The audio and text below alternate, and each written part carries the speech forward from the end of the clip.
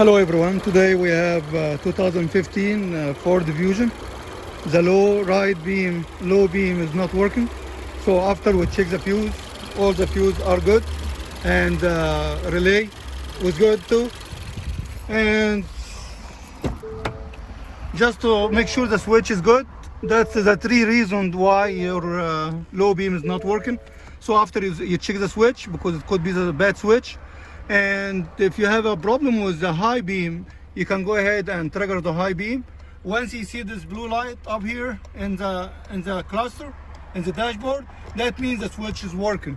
So the second thing to do after the fuse and the relay, and you check in the fuse underneath, and everything, if everything is good, the last thing you need to do is, especially when you replace the aftermarket, get your test light hooked up to the ground, and then come over, and we have the flashlight up here is working, and you need to go to the plug, unplug it from the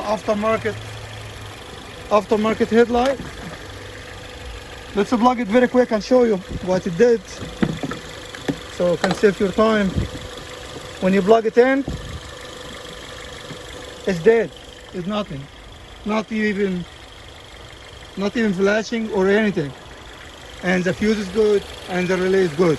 So the last check that you need to do, if you don't have any schematic to follow, just get the socket and you need to find out which plug that go from here to the one that's not working. So I don't have the flasher, is not working. So I connect the bin by bin inside here. Make sure the bulb, of course, number one, you make sure the bulb is good. After we make sure the bulb is good, you're gonna go ahead and to find out which bin that go for, let's say, this one right here. Very slowly, you don't have to break it. And it's a little hard to make a video with one hand, so just touch it right here, and the other hand, let's just make it right here. Yeah, so, and now you're gonna get your multimeter and buzzer, and here you go. You hear that? That means you have good connection between this socket and the other socket. And you're gonna do the same thing on the other side. All right, so now I know, before I make the video, I tested and it was number one and number two. So when you get the socket up, you make sure, so one is empty, like this one right here, there's no bin. Right here is no bin. So number one, number two, and number three. You're gonna go ahead and get your tester light. So one of them should be coming from the flasher. Just straight it up so I can make it with one hand. All right, a little hard. There you go. Put this one guy down. All right. Let me get it up here. All right. I'm just gonna use this straight, so for you guys you can see. All right, so number one is empty, and you're gonna go number two.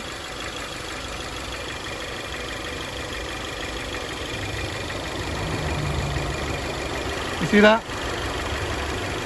The tester light is flashing. That means the circuit is good and the function. And number three should be a steady electric.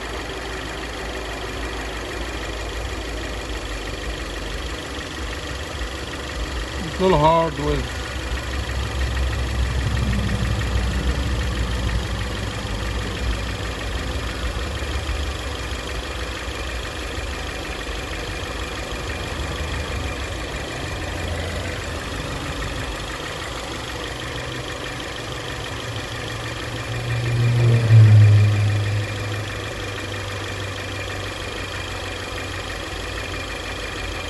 anyway, so I have the circuits good because I tested before the video.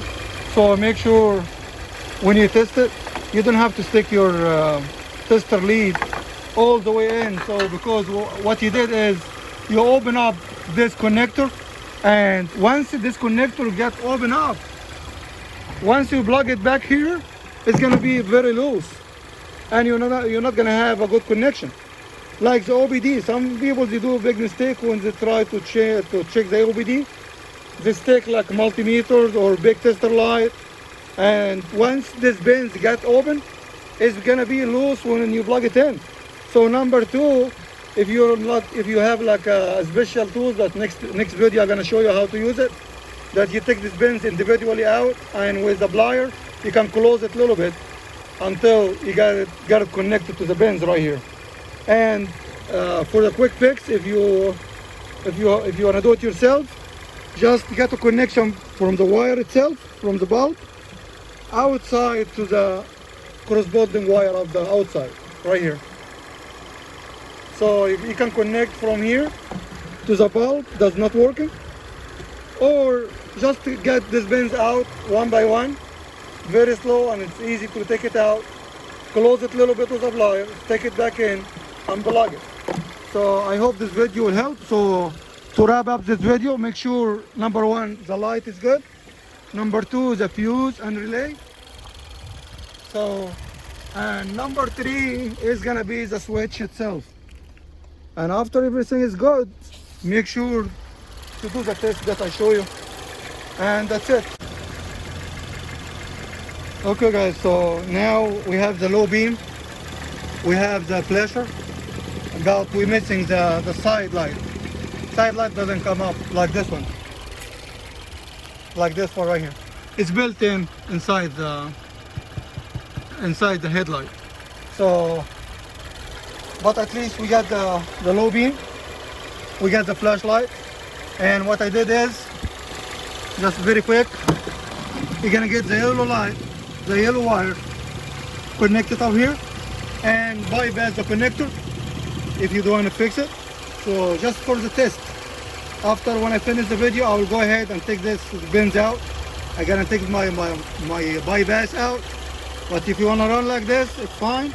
If you don't want to run like this, take the connector off and snap on the connector and make it close a little bit. So the yellow light over here, and that's it. And if I have time to make another a piece of video to show you how we fix this, that's fine. Otherwise, it should be very easy fix.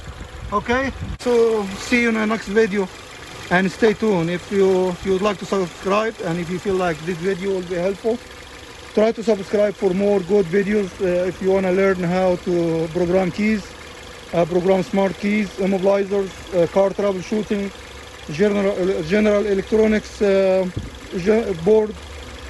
electronic board troubleshooting and fix and repair, and BLC, BFD. So subscribe for more video if you like about what we're talking about. Thank you for watching. Thank you.